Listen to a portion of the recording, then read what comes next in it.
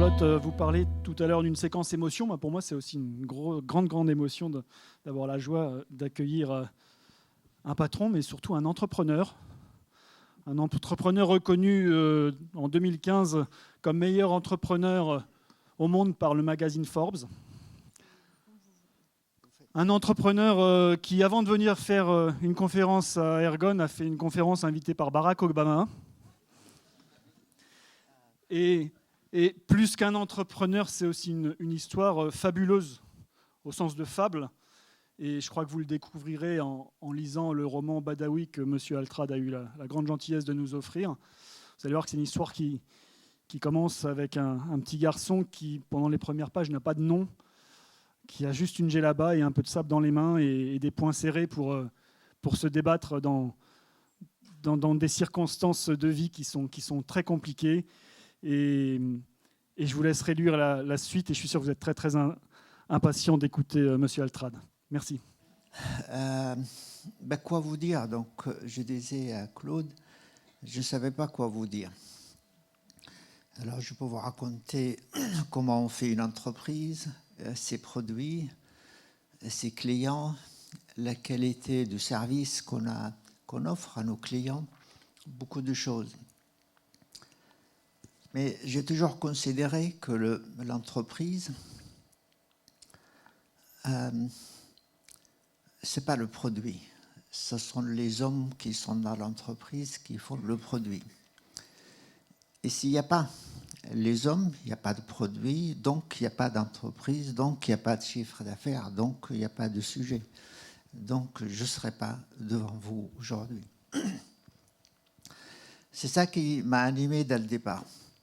Mais l'entreprise, également, c'est un lieu où on crée de la richesse, on appelle ça la création de valeur.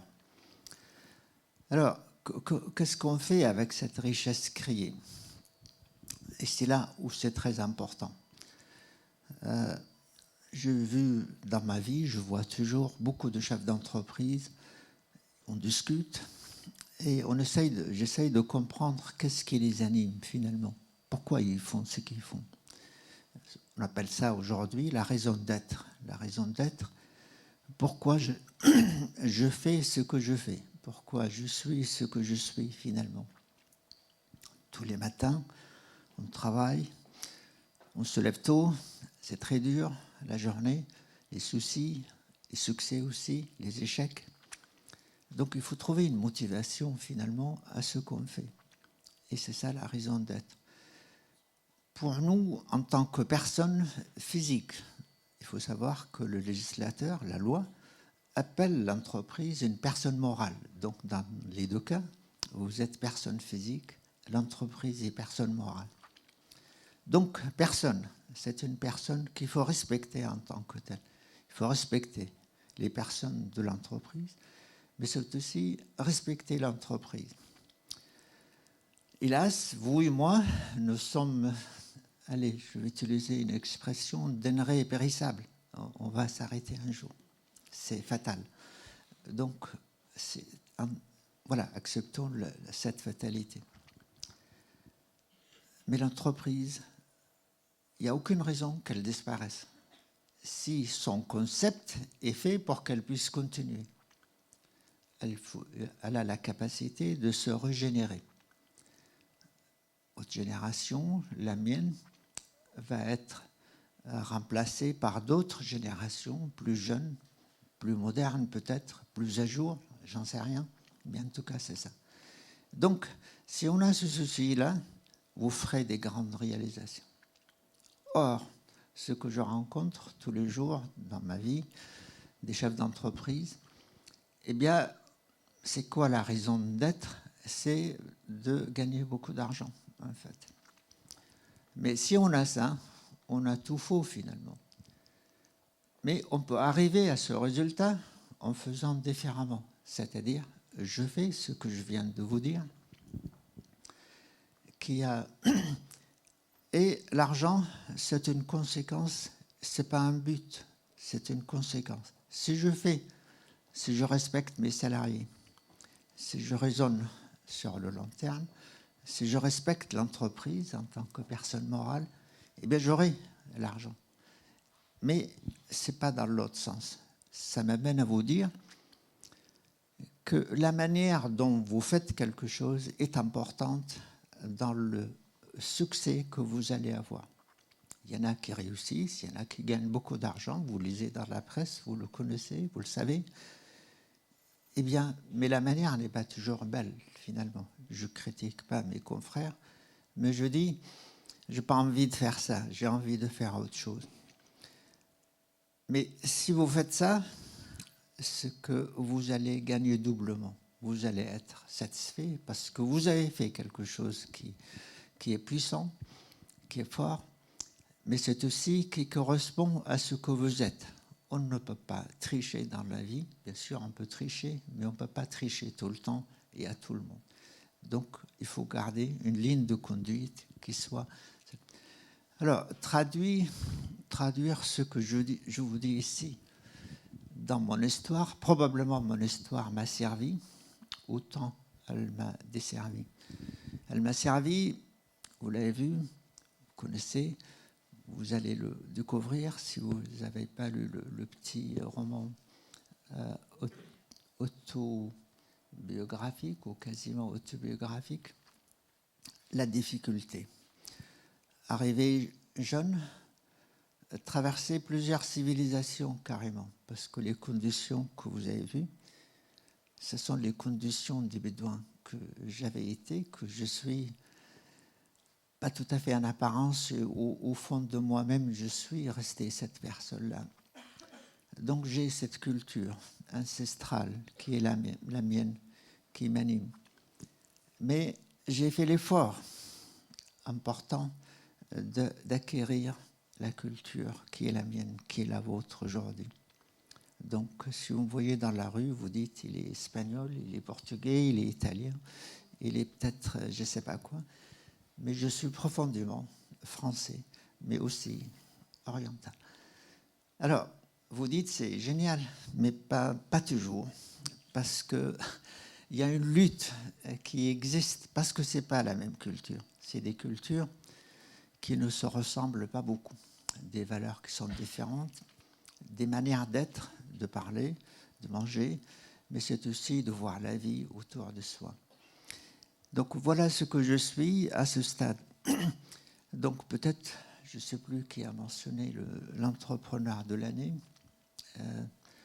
C'est une espèce de distinction qu'on a une fois, si on a la chance de l'avoir. C'est comme le prix Nobel, on ne l'a pas deux fois. Donc la France ne l'a jamais gagné, ce titre-là. Donc je l'ai gagné pour la France. Mon premier réflexe était de porter le drapeau français et monter sur un estrade comme ça pour recueillir ce prix. Je ne sais pas comment souhaiter qu'on organise cette séance, mais il ne faut pas que ce soit un monologue.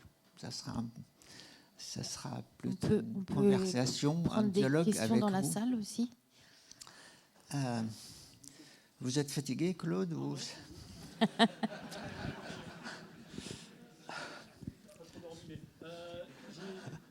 plusieurs questions qui me viennent à l'esprit. Et bien sûr, vous allez prendre le relais très vite. Ouais. Mais vous avez parlé des valeurs qui vous motivaient, que votre entreprise, c'était des hommes, que votre entreprise, que le succès financier était secondaire. Et ça, je l'avais lu il y a très longtemps dans un article que vous aviez fait, peut-être au Progrès de Lyon, en tout cas dans la presse Ebra. Où vous disiez que l'entreprise n'a qu'un sens que si elle est inscrite dans son territoire. Et je l'ai compris aussi en regardant ce petit film, quand vous dites j'ai racheté le club de Montpellier en faillite pour remercier la ville de son accueil. Et je l'ai reconnu aussi dans le livre quand vous dites, quand vous dénoncez que l'exploitation du pétrole en Syrie pouvait se faire au détriment des Bédouins. Et voilà, je voulais témoigner de ça et puis vous dire que ce sont sûrement toujours vos valeurs et que vous témoignez qu'une entreprise peut gagner avec des valeurs. Voilà. Absolument. Donc l'entreprise, on l'a dit, donc c'est un lieu où on crée de la richesse. Mais pour que cette richesse ait un sens, il faut qu'elle soit partagée. l'actionnaire que je suis, si son objectif dans la vie est de se remplir les poches, il a tout faux. On en a parlé, on l'a dit. Qui sont les gens ou les entités ou les parties qui doivent partager cette richesse? D'abord, les impôts locaux qu'on paye, l'entreprise doit payer ses impôts, etc., les taxes diverses et variées. Les salariés de l'entreprise, ensuite. Après, les clients, il faut qu'ils soient satisfaits. Les fournisseurs, il faut qu'ils soient satisfaits également, les payer à temps, mais en exigeant aussi de la qualité. Le client aussi doit payer le service, le produit qu'on lui vend, mais aussi l'actionnaire. Mais c'est ça les parties prenantes. Il faut trouver un équilibre entre tout ce monde-là. Bien sûr, il faut trouver un compromis pour que tout le monde soit content et que les règles de jeu soient claires. Mais tout en étant flexible. Ce qui est clair dans une culture, on est dans une centaine de pays, 60 000 personnes. La semaine passée, je suis arrivé hier assez tard pour être avec vous ce matin. J'ai été à Dubaï, Abu Dhabi, Qatar, Bahreïn, Koweït, Arabie Saoudite et Oman. Mais c'est l'Orient. Mais chacun des Émirats, eh bien, il a sa propre particularité culturelle.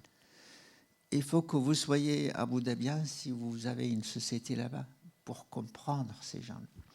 Il faut que vous soyez évidemment français si vous êtes ici, mais anglais aussi, mais américain, mais japonais, mais chinois, et j'en passe, coréen, tout ce que vous voulez. Cette différence culturelle est un indispensable prérequis, sinon je pense qu'on aura des problèmes. Là aussi, cette ouverture d'esprit, cette acceptation de l'autre, elle est très importante dans ce que l'entreprise doit être. Lorsqu'on aime ce qu'on fait est important pour notre épanouissement, ça veut dire qu'on aime les autres, en quelque sorte. Son collègue de travail. Son collègue de travail peut être dans n'importe quel pays où il y a votre groupe. Et c'est ça la condition préalable de la réussite. Lorsque je vois Olivier, ça fait beaucoup d'années que je ne t'ai pas vu, Olivier. Je salue Chantal, ta femme. Je regrette cette période de départ, il y a 37 ans, que ce groupe a été créé. Je connaissais toutes les personnes, les enfants, les prénoms, les dates de naissance, les anniversaires, les mariages, etc. Mais là, c'est juste pas possible, quoi. Il y a 60. Donc, mais il faut s'adapter dans la vie. La vie change, il faut changer avec. Mais vous allez contribuer à l'évolution de la vie par ce que vous faites. Je reviens un instant sur la notion de la personne morale. La personne morale, vous avez créé une personne morale, mais qu'est-ce que vous voulez? Vous voulez qu'elle meure en même temps que vous? Ce serait dommage. D'où la notion de...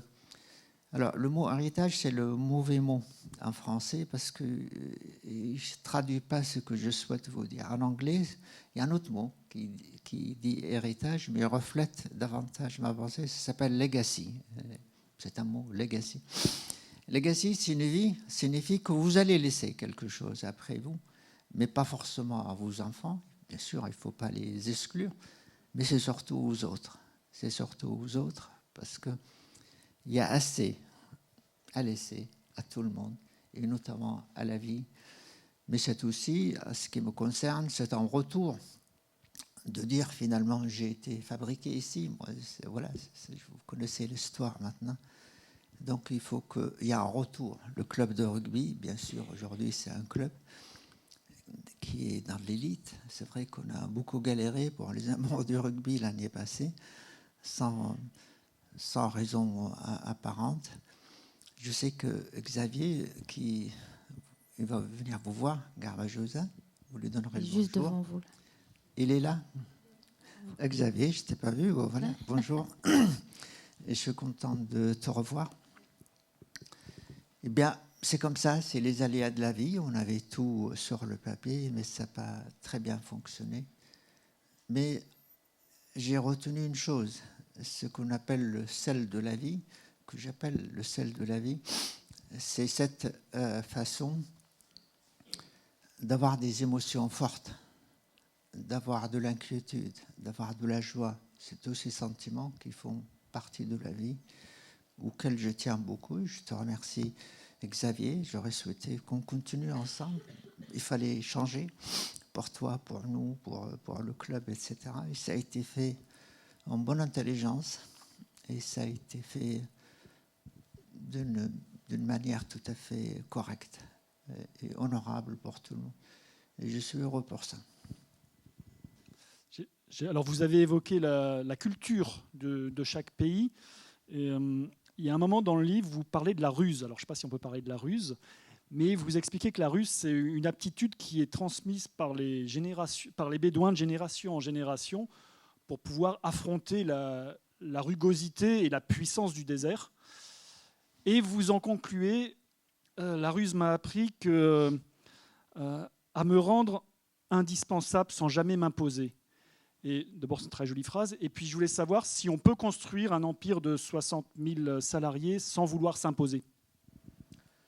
Ben, on s'impose par ce qu'on fait. Bien sûr, je peux m'imposer en disant je suis le patron, l'actionnaire, le président, etc. Mais c'est fausse route. C'est pas ça. Il faut que le respect que les autres vous accordent, eh bien, il faut que ça soit naturel. C'est tout simplement.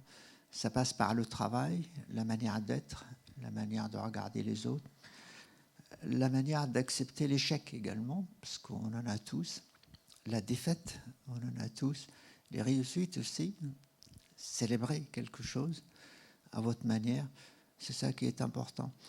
La ruse, telle que je l'ai exprimée, eh bien, c'est la capacité de s'adapter. Lorsque vous êtes dans l'extrême adversité, vous êtes proche de la mort, tel que c'est mon cas dans ce film au départ. Ben, vous essayez de survivre. Et quoi survivre? S'accrocher aux petites choses. Vous n'avez pas grand-chose. Vous vous levez le matin et vous ne savez pas ce que vous allez manger. Il n'y a pas grand-chose. Les conditions de départ, ce sont les conditions d'Abraham, notre ancêtre. Eh bien, le sable, si vous avez de la chance, un peu d'eau, si vous avez encore de la chance, un peu de nourriture, c'est la survie permanente. C'est ce qui nous est arrivé dans notre rugby. On perd les matchs, on a tout ce qu'il faut pour gagner, on les perd. On gagne à la dernière seconde, on a une pénalité, on perd le match. Et puis ça se répète, s'accrocher, faire quelque chose, s'adapter, accepter que ma place n'est pas ma place. Il faut que je laisse la place à quelqu'un d'autre, mais de gaieté de cœur. C'est ça en fait la ruse. La ruse, c'est une vertu des femmes. Elles sont beaucoup plus douées pour nous pour ça. Donc, bravo pour la gente féminine. Il y a une question de la salle qui vous demande si après ce parcours que vous avez eu, vous avez encore des objectifs professionnels et personnels à atteindre. Est-ce que vous avez encore des choses que vous voulez faire? Oui, je suis passionné par ce que je fais. Je suis passionné aussi par la littérature. Donc Badawi, c'est le premier roman. C'est le plus facile à écrire parce qu'on raconte son propre histoire, donc on la connaît. Ensuite, une fois que vous avez écrit votre histoire, vous ne pouvez plus la réécrire une seconde fois, sinon vous ne trouvez pas de clients. Donc, il faudra trouver un autre produit. Donc, après l'autobiographie, je vous raconte d'abord les types d'écriture. Donc, la biographie, c'est quelqu'un qui écrit sur quelqu'un d'autre. L'autobiographie, c'est quelqu'un qui écrit sur lui-même. C'est à peu près... mais l'autobiographie, eh bien, vous pouvez écrire sur vous-même en disant « j'ai fait ceci, j'ai fait cela », mais vous pouvez l'écrire de façon beaucoup plus peut-être subtile à travers un roman. En fait, vous ne parlez jamais de vous. Le je, vous ne l'utilisez jamais. Donc, vous utilisez « il ». « Il », c'est-à-dire c'est vous, mais vous ne dites pas que c'est vous. Et donc, l'intérêt de ça, c'est que vous créez une distance entre le « il », c'est-à-dire le narrateur, et vous-même, parce qu'il y a des scènes très difficiles à raconter à la première personne. La scène de la mort de sa mère à l'âge de quelques années, donc c'est très difficile. Ça a été fait. Bref, mais une fois que vous avez fait ça, donc vous passez à autre chose. La seule chose, si vous voulez continuer dans la littérature, ça s'appelle la fiction. C'est-à-dire, vous allez créer des personnages partant de zéro. Vous allez les faire naître. Vous allez décider de leur sexe. Vous allez décider de leur vie. Vous allez les faire aimer, les faire détester, les faire mourir. C'est tout ça. Donc, j'en ai écrit 3. Badawi, donc. Second qui s'appelle l'hypothèse de Dieu. Là, on pourra en parler aussi, parce que le Dieu d'Orient, d'après le Coran, n'est pas le même, d'après ce que je lis dans la Bible, n'est pas tout à fait le CV est différent. Donc, un jour, ça m'a posé des problèmes culturels, en disant, moi, je suis né musulman, dans le désert, ils sont tous 100% musulmans. Vous grandissez avec ça. Et vous n'avez pas d'autre éclairage. Il n'y a pas de radio, il n'y a pas de télévision, il n'y a pas de journaux. Vous grandissez avec ça. Et vous dites, beaucoup plus tard, vous dites, si j'étais né en Inde, je serais bouddhiste probablement. Mais quel est le problème finalement? C'est quoi? Pourquoi croire? Le Coran vous dit, Dieu a tout décidé pour vous. Le mot maktoub, voilà, c'est écrit. Décidez à quel jour vous allez naître, le sexe que vous allez avoir, la vie que vous allez avoir, enfin, tout ce que je vous ai raconté à l'instant. Et que, à la fin de votre vie, vous connaissez aussi la date où vous allez partir. Mais encore plus fort, Dieu sait ce qu'il va faire de vous après votre mort. Donc, il y a une espèce de comptabilité analytique qui se fait.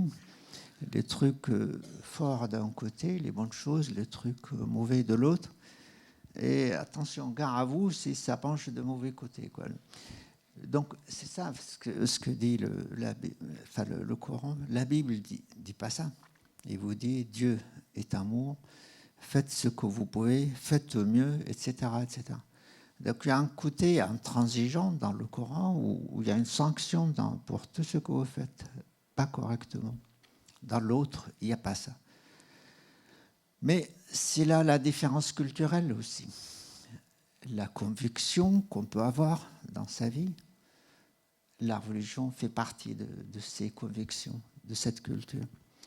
Mais vous dites, c'est quoi finalement? Je suis musulman ou chrétien? Vous n'avez pas la réponse.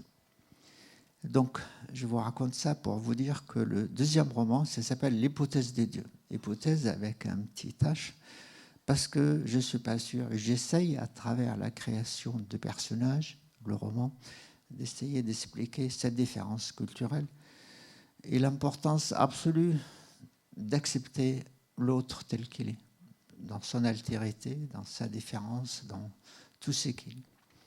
Voilà. Et enfin, il y a un troisième roman qui est sorti en 2012, l'hypothèse de Dieu en 2006. Et puis depuis 10 ans, j'essaye de faire un autre roman, mais je galère un peu à cause du groupe Altrad qui grossit, qui grandit, à cause aussi des gens comme vous qui m'invitent très gentiment, que j'accepte. Que j'accepte avec beaucoup de joie et beaucoup de plaisir de venir passer un moment avec vous. Et j'espère rester en contact avec vous. Je découvre votre métier. Olivier m'a expliqué un peu ce que c'est un vétérinaire, donc j'ai compris un peu plus. On a une question à l'entrepreneur que vous êtes. Comment vous faites pour construire une culture d'entreprise quand vous passez de 1 à 60 000 personnes dans votre entreprise? Comment ça se construit Et puis il y a un petit PS pour l'ASM. Je vous laisse le lire parce que... Oui. Allez, l'ASM. C'est pas très sympa pour demain. Non, mais c'est une très belle équipe. Je commence par ça. J'ai beaucoup de talent, en tout cas beaucoup plus de prestige que Montpellier. On a gagné 2 challenges européens. Donc c'est pas des titres majeurs. Ils ont gagné beaucoup plus que ça. Mais on a envie, on a le désir de challenger quand même. Et puis vous verrez demain ce qu'on fera ou on fera pas. Donc sur la culture d'entreprise. La culture d'entreprise, si vous voulez, si vous acceptez les principes que je viens d'évoquer très largement, c'est-à-dire si vous êtes une entreprise australienne du groupe Altrad, ne cherchez pas à appliquer la culture française là-bas parce que ça ne les intéresse pas beaucoup. Si c'est de façon exotique, vous allez leur raconter des choses, ils vont peut-être l'accepter. Donc la culture du groupe Altrad, c'est l'ensemble de ces cultures-là. Alors, exemple, il y a beaucoup de groupes, comme nous, mondiaux, qui échouent. Pourquoi? Parce qu'on fait, c'est des groupes, par exemple, français, j'en connais, qui ne sont plus là. On fait une école et on explique le mode de management de ce groupe français et on forme des cadres supérieurs qu'on envoie en Australie, à Singapour, en Chine, etc. C'est un échec total. Très souvent, c'est un échec total. Pourquoi? Vous allez envoyer quelqu'un qui n'a jamais été en Chine, vous allez l'envoyer en Chine. Il ne parle pas chinois, il ne connaît pas les coutumes, il ne connaît pas l'histoire. Donc, il a toutes les chances de se tromper. Mais la Chine, c'est plus d'1 milliard d'individus. Vous allez trouver un Chinois qui va gérer votre entreprise et vous lui donnez des règles précises que vous allez vérifier qu'il va appliquer, il va le faire. Bien sûr, il y aura des échecs, mais il n'y aura pas plus qu'avec notre ami français qui a été formé dans notre école qu'on envoie en Chine ou ailleurs. Donc c'est l'ensemble de ces cultures. Mais dans chaque culture, vous avez beaucoup de côtés positifs qu'il faudra vraiment s'approprier. L'addition de toutes ces cultures, ben vous allez faire quelque chose de très fort et de très puissant, ce qui est notre cas. Alors, on a écrit beaucoup. Chaque année, j'écris un livre de management pour notre séminaire annuel, comme vous. Et ça se passe à Montpellier. Vous êtes invités si ça vous intéresse, où il y a des centaines de salariés d'Altrad, enfin des cadres supérieurs, des chefs d'entreprise, qui viennent, où on parle de culture, et on parle de croissance, on parle de raison d'être, pourquoi on fait ce qu'on fait, etc. On parle aussi d'un tas de choses, on invite des personnalités importantes. L'année passée, on n'a pas fait de séminaire pour cause de Covid. L'année d'avant, on a invité Gerhard Schröder, l'ex-chancelier allemand. Il est venu nous parler pendant quelques heures. L'année d'avant, c'était Sarkozy qu'on a invité, etc. L'année du Covid, c'est Obama qui a accepté de venir, mais à cause de Covid, il n'est pas venu. Cette année, il ne veut pas venir, etc. Donc, on va profiter de votre carnet d'adresse. Le numéro de téléphone. Je profite. Hein. Monsieur Altrad, j'avais en complément à la question qui vient de vous être posée sur la culture d'entreprise, j'avais une façon de rebondir, c'est de penser qu'on était à Lyon et qu'il y a un grand entrepreneur qui a beaucoup œuvré pour notre profession, qu'on a pu rencontrer, enfin moi personnellement j'ai rencontré, qui s'appelait Charles Mérieux. Et on retrouve un petit peu la même philosophie. Il avait des milliers de salariés, mais quand il s'adressait à quelqu'un, et de près ce que me dit Olivier, c'est exactement la même démarche. Quand il s'adressait à quelqu'un, il connaissait peut-être la date de naissance, le nom de l'épouse, etc. Et en tout cas, 1000 fois, il s'adressait individuellement à une personne, et pas une fois, il s'adressait collectivement à 60 000 personnes. Écoutez, il faut rester soi-même, je crois, adapter son discours à sa réalité économique. Justement, je vais vous parler de dernier roman et pourquoi j'utilisais le mot galérer. Parce que tous, on a des masques dans la vie, tous on porte un masque. On a envie de se montrer d'une certaine manière qui n'est pas sincèrement la même que ce que nous sommes. Et ça, c'est une lutte importante entre nous et nous, vous comprenez? Et j'essaye de... ça s'appelle l'identité. Quelle est mon identité finalement? Est-ce que lorsque je suis avec Olivier, tout seul, je vais lui parler de la même manière? Si je vous vois, hélas, Claude, pour la première fois, eh bien, je vais peut-être me montrer différent. Mais pourquoi ça? Allez-y savoir. C'est la psychologie, c'est la nécessité de se montrer sous un jour qui n'est pas la réalité de ce que je suis. Donc, si vous transposez ça, vous dites, voilà, Altrad, il nous raconte un peu de philosophie, mais c'est la réalité, ce que je vous dis, ce qu'on est tous comme ça. Essayons de faire en sorte que le masque s'approche le plus possible de ce que nous sommes réellement. C'est-à-dire la partie externe de ce que nous sommes avec la partie interne de ce que nous sommes. Et c'est ça. Et la difficulté est née à ce niveau-là. Donc, ça fait appel à la philosophie, à l'histoire, à un tas de notions culturelles qui font partie de notre culture. Mais ma culture, elle est française, elle est orientale, mais elle est teintée de beaucoup d'autres cultures, vous comprenez? Donc j'essaye d'être le plus authentique avec vous, avec les gens que je rencontre tous les jours, avec ma femme, avec mes enfants, avec Xavier. Je pense que j'ai beaucoup essayé d'être le plus sincère avec Olivier, avec Xavier. Et je le remercie pour le travail qu'il a fait dans ce club. Et malgré tout, on a progressé ensemble. Petite question. Est-ce que vous pensez que quand on veut, on peut?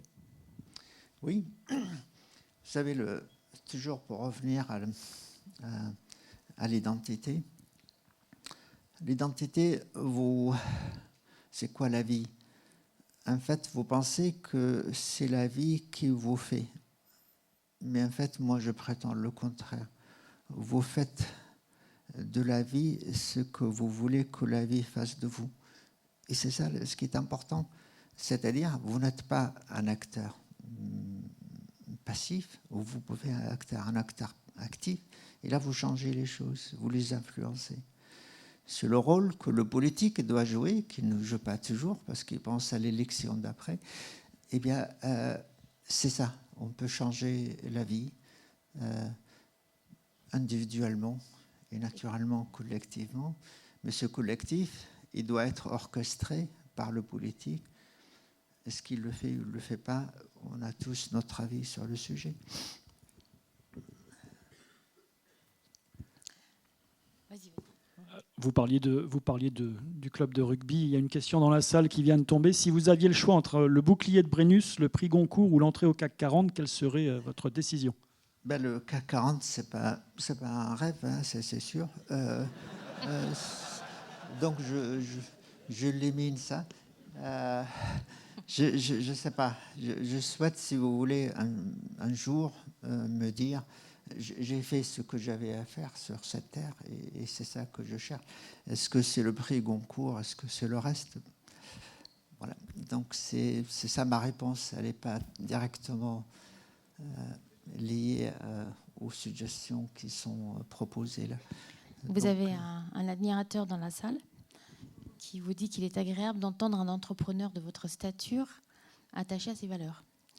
Mais au-delà de ça, quelles sont vos qualités personnelles qui ont fait que vous avez construit ce groupe.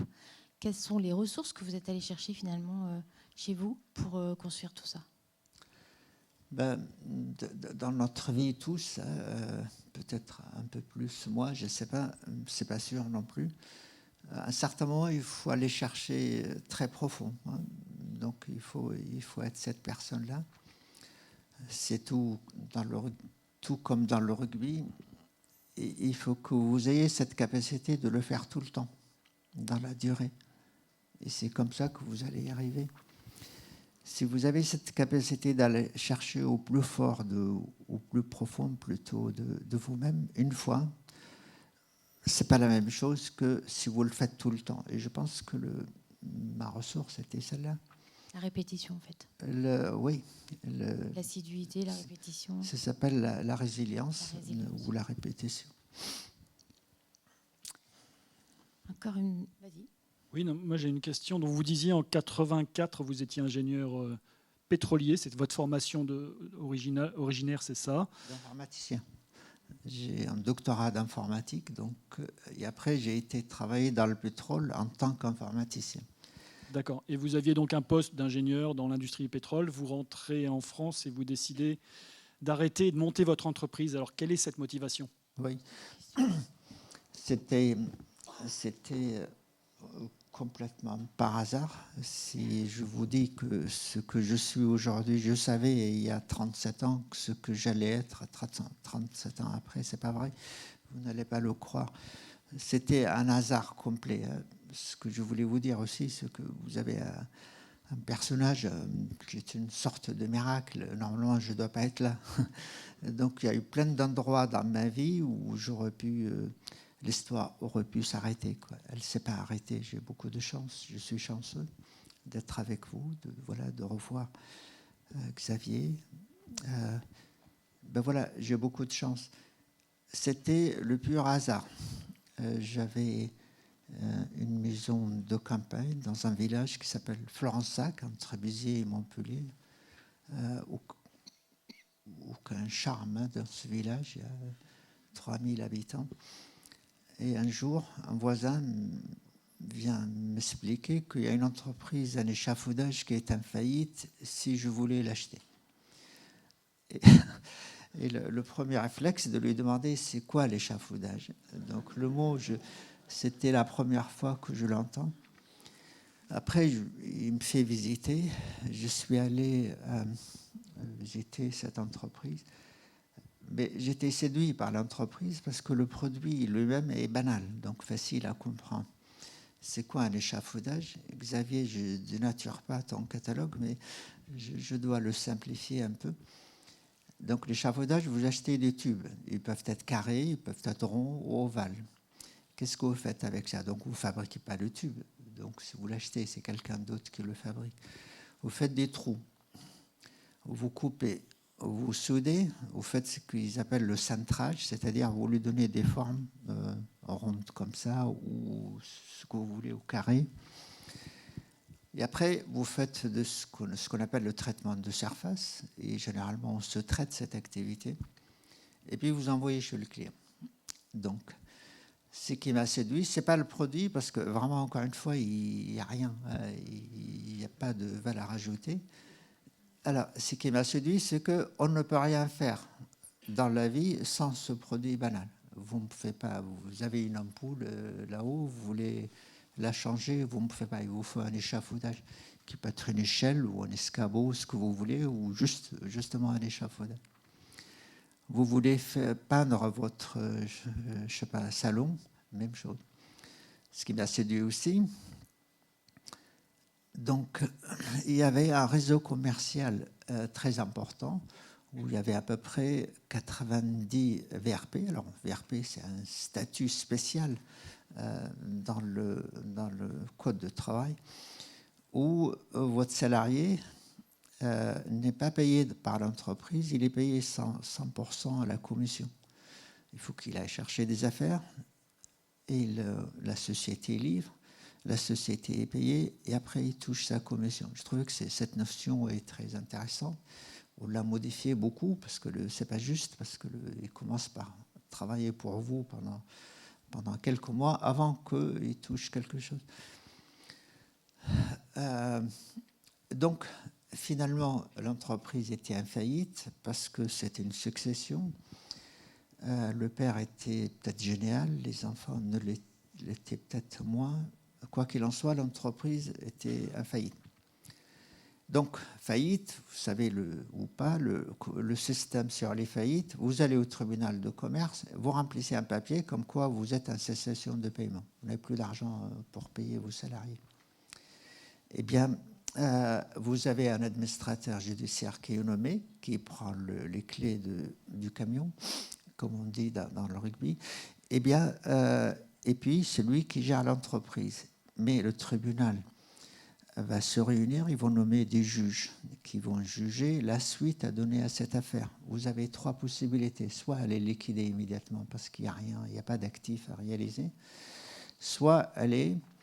il y a ce qu'on appelle un plan de continuation possible, c'est-à-dire l'entreprise peut continuer encore quelques mois. Pendant ce temps-là, les juges doivent, avec l'administrateur judiciaire, ils doivent trouver une solution pour qu'elle puisse continuer, la personne morale puisse continuer. Eh bien, j'ai décidé finalement, alors que je venais de l'informatique, de m'intéresser à l'entreprise.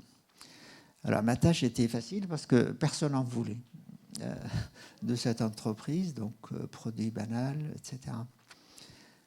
Le problème, c'est que je n'avais pas d'argent. Donc, mais j'avais quelques économies en tant que salarié à l'époque.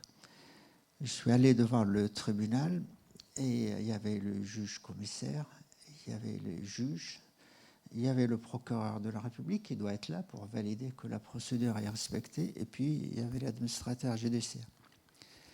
Et puis, j'étais seul. Et puis, j'ai vu que tout le monde était vraiment sceptique à ma proposition. Voilà un immigré qui a fait de l'informatique, qui veut prendre une boîte d'échafaudage qui personne n'en veut et qui n'a pas d'argent. Donc, c'est un cocktail pas acceptable. Bref, je leur ai dit, écoutez, l'entreprise a 400 personnes. Moi, je propose d'acheter les actifs et garder 200 personnes. Vous pouvez accepter ou vous pouvez refuser. Si vous refusez, vous n'avez aucune chance de garder les emplois. Donc, il y aura 400 licenciements. Si vous me prenez, vous ne pouvez pas réussir non plus, mais vous avez une chance de réussir. Prenez cette chance. Et je crois que c'est ça qui a fait le tilt dans leur tête en disant on lui donne sa chance, si ça ne marche pas, il revient et il redépose le bilan dans quelques semaines. Et c'est la suite. C'est la suite ou c'est plutôt l'origine du groupe Altrad. Cette entreprise a été redressée dès la première année. Le bénéfice a été recyclé, qui a permis de racheter une autre, puis une autre, puis une autre. Aujourd'hui, il y en a, je sais plus, une centaine. Alors justement, sur le logo d'Altrad, à l'arrière-plan, il y a un petit voile blanc. Et je me posais la question de savoir si c'était un oiseau ou c'était les dunes de Mayouf.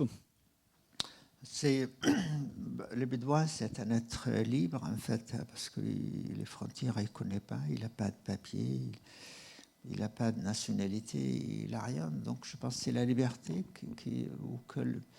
je gardais ça, peut-être intuitivement, je gardais cet héritage, cette legacy, comme on disait tout à l'heure. Une question sur le fait que vous avez dit au départ que vous ne souhaitiez pas vous enrichir, que ce n'était pas l'objectif finalement de votre entreprise.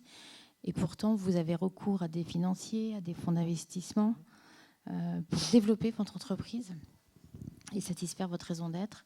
Comment est-ce que vous arrivez à concilier finalement tous ces peut-être antagonismes par rapport à vos valeurs, par rapport à ce que vous voulez Oui. Alors, on l'a dit au début, l'actionnaire, aujourd'hui, vous avez 80% détenus par moi-même. Et les 20%, vous avez 10%, c'est l'État français qui est actionnaire chez Altrad. Pourquoi l'État français ? Parce que Lorsque vous avez un secteur stratégique, parce qu'Altrad, c'était l'échafaudage dans le bâtiment, la construction, etc. Mais cette partie de départ ne représente plus que 15% de ce qu'est l'Altrad aujourd'hui. Aujourd'hui, les secteurs d'activité, bien sûr, le métier de départ, mais on est dans tout ce qui est pétrole, on est dans tout ce qui est gaz, on est dans tout ce qui est centrale nucléaire. Il n'y a pas une centrale nucléaire au monde où il n'y a pas des gens à Altrad qui travaillent pour Altrad. Donc la partie, si vous voulez, une nouvelle partie par rapport à la partie d'origine, c'est un secteur stratégique pour la France. Et l'État français, il vous force, entre guillemets, à les accepter comme actionnaires, mais il paye pour ça. C'est un moyen pour contrôler l'évolution de la société et éventuellement la préserver. Je crois que c'est la raison principale. Après, il y a des banques, notamment un fonds d'investissement qui s'appelle le CMCIC. C'est un fonds d'investissement lyonnais qui a pris également 10%. Donc voilà le complément. Là, c'est beaucoup plus direct comme façon d'investir. Eux, ils investissent lorsque l'entreprise est à un niveau donné. Et après, ils espèrent que ça sera à un niveau nettement supérieur le jour où ils veulent sortir. Tout ce monde-là est entré en 2011. Tout ce monde-là, ils veulent sortir aujourd'hui. Donc, on va les faire sortir. Et on va ouvrir une cagnotte pour que tout le monde ici participe pour les faire sortir. Voilà, celui qui a posé la question, le premier à investir. Xavier aussi, hein. Je te compte. Ouais. Une autre question, savoir si les recettes que vous avez appliquées dans votre entreprise, vous les avez aussi appliquées au club de rugby. Est-ce que c'est les mêmes méthodes ou est-ce que c'est... Que vous dire sans choquer Xavier, le monde de rugby, c'est un petit monde. Un petit, c'est pas péjoratif. C'est en termes de population, c'est pas grand-chose. Hein. Un club de rugby, c'est une centaine de personnes. Si on prend le top 14, vous avez 14... ça fait 1400, 1400 personnes, quoi. C'est petit à l'échelle d'une nation d'à peu près 68 millions d'habitants. Il y a des vraies valeurs. Ces vraies valeurs, on les trouve très généralement chez les joueurs, mais les coachs qui ont été joueurs également, mais rarement chez les présidents. Je vous le dis parce que voilà, je me critique en même temps. Eh bien, il y a un problème, si vous voulez. Tout d'un coup, et c'est là où il y a le manque d'humilité, d'après moi, chez certains dirigeants, mais je ne les critique pas. C'est des inconnus. Du jour au lendemain, ils deviennent présidents. Vous avez la presse qui va mettre un spot sur tout ça. Ils ont le droit à la parole.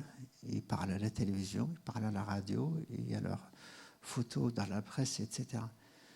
Et cette humilité, ce n'est pas parce que je suis davantage visible par rapport à la situation invisible d'avant que je suis plus puissant. Ce n'est pas du tout le cas.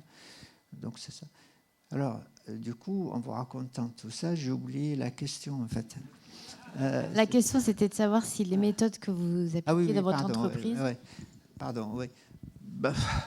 Oui, pourquoi je parle des chefs d'entreprise? Parce qu'ils vous disent très souvent une entreprise, un club de rugby, ce n'est pas une entreprise. Mais je conteste formellement ça. Une entreprise, c'est quoi? Prenez le club de Montpellier, on a un budget de 28 millions d'euros. Donc il faut faire de la gestion financière, il faut faire de la comptabilité, de contrôle de gestion. Et il faut gérer la trésorerie. Et il faut payer les salaires à la fin du mois. Donc, il faut faire du RH. Toutes les fonctions d'une entreprise comme Altrad sont dans le club de rugby. Et ce n'est pas différent.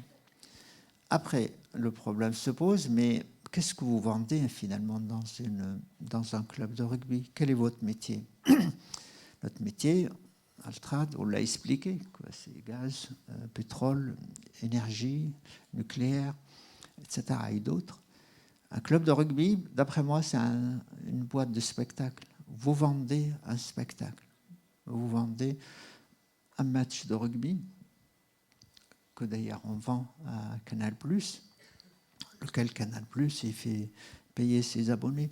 Donc voilà. Donc pour moi, oui, c'est les mêmes. Le club de rugby, comme Altrad, a des valeurs. On a choisi 5 valeurs. La première des valeurs, c'est le respect. Il faut se respecter. Il faut respecter surtout tous les autres, quelles que soient leurs conditions, origine, tout ce que voilà. L'humilité, on en a parlé. Le courage, on en a parlé aussi. Il faut pouvoir aller chercher des choses, des ressources, de l'énergie en vous-même, parce que vous en avez besoin. Il faut aller les chercher.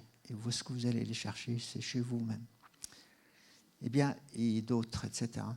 Le respect, c'est la valeur la plus importante. C'est l'élégance de l'âme, c'est ça. C'est je vous vois, je ne vous connais pas, je vous fais confiance, a priori. Après, je ne suis pas dupe, on verra la vie. Si ma confiance est mal placée, ce n'est pas grave. Voilà. Justement, une question de notre trésorier, puisqu'on parlait de trésorerie. Existe-t-il un rêve français, une chose que le français devrait améliorer pour que le rêve soit plus beau? Qu'est-ce qui vous a fait venir à Montpellier? C'était pas un choix, en fait, déjà. Pas un choix, oui. C'était la j'ai eu la chance d'être... vous savez, la France n'a pas d'histoire avec la Syrie et inversement. C'est pas comme avec l'Afrique du Nord où il y a une histoire ancienne de 130 ans d'occupation de la France, de l'Algérie par la France. En Syrie, on ne connaît pas les Français.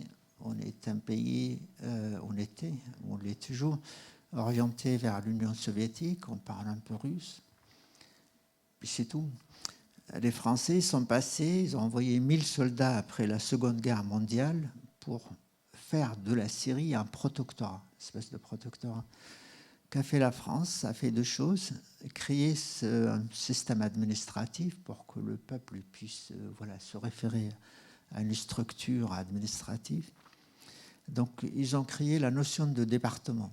Et en Syrie, vous avez 14 départements. Ici, on en a 99, je crois. Et pourquoi je vous raconte ça?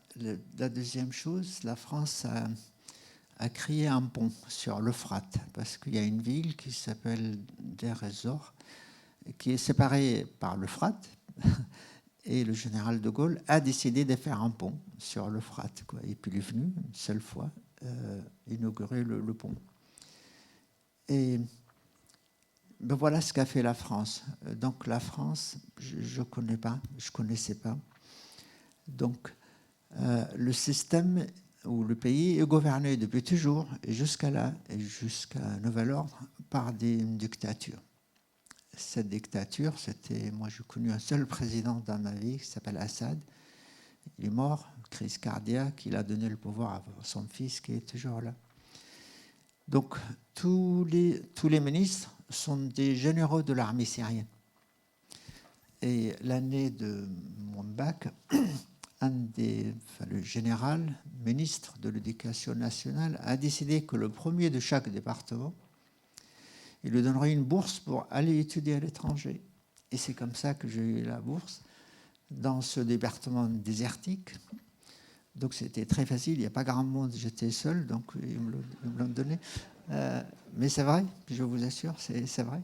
Il y avait peut-être 3 ou 4 personnes comme ça, étudiants. Donc c'est comme ça. Alors on me dit, où est-ce que vous voulez aller? Je leur ai dit, je veux aller à l'Union soviétique, faire pilote de chasse.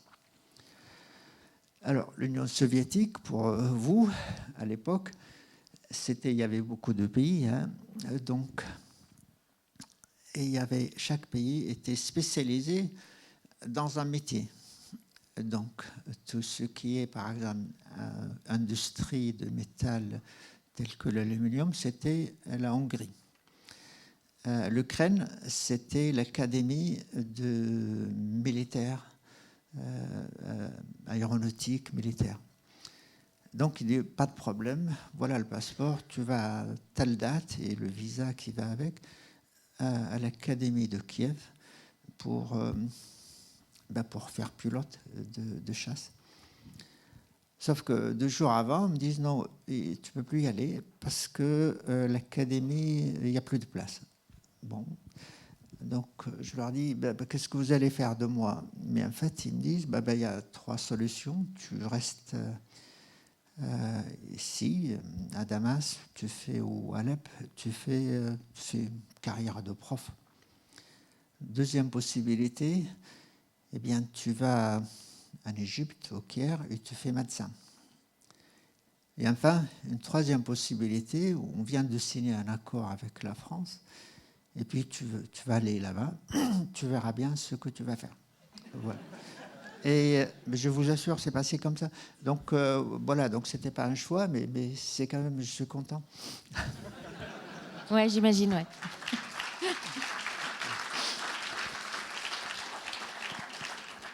On a une dernière question pour vous. C'est pouvez-vous nous parler de la raison d'être de votre entreprise? On est un peu la raison d'être de votre entreprise. Oui. Et par rapport aux entreprises vétérinaires, pensez-vous que les entreprises vétérinaires peuvent avoir une raison d'être? Oui. On n'est pas dans les mêmes tailles, évidemment. Enfin, pas encore. La raison d'être, je crois que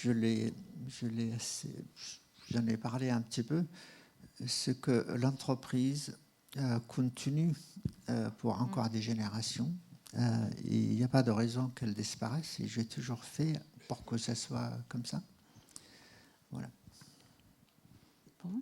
Est-ce qu'il y a des questions encore dans la salle qui n'auraient pas été posées sur l'appli? Je ne vois personne. Il nous reste à vous remercier infiniment, à moins que vous ayez encore quelques messages rusés à nous passer. Merci à vous. Merci de m'avoir écouté. Je ne sais plus, ça fait un moment qu'on parle. Je suis très content d'être avec vous, mais c'est aussi de passer quelques temps après vous, boire un café. Et puis, vous serez entre les mains de Xavier. Il va vous raconter une autre histoire qui n'est pas celle-là. On a hâte. Merci beaucoup. Merci à vous. Merci infiniment.